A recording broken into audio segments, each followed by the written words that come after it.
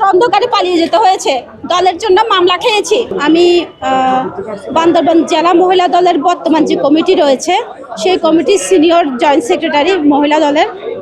আর আমি আলীকদম উপজেলা যে নির্বাচন হয়েছে, আলীকদম উপজেলা চতুর্থবারের মতো নির্বাচিত একজন ভাইস চেয়ারম্যান।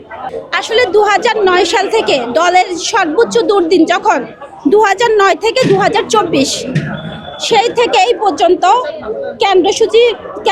কেন্দ্রীয় কর্মসূচি অনুযায়ী প্রত্যেকটা প্রোগ্রামের মধ্যে সক্রিয়ভাবে অংশগ্রহণ করেছি, দলের জন্য কাজ করেছি, দলের জন্য রাতের অন্ধকারে পালিয়ে যেতে হয়েছে, দলের জন্য মামলা খেয়েছি। স্যান্ডেলিনা সো, রূপচর্চায় আভিজাত্য।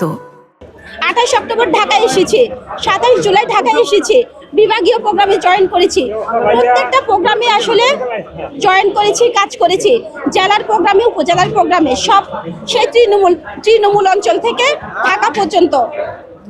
তো আমি আসলে ভাইস চেয়ারম্যান নির্বাচিত হওয়ার পর আমি চাইলে অনেকের মতো সুযোগ সুবিধা নিতে পারতাম, আমি কিন্তু সেই সুযোগ সুবিধা কোনো জায়গা থেকে কখনো নিই নাই।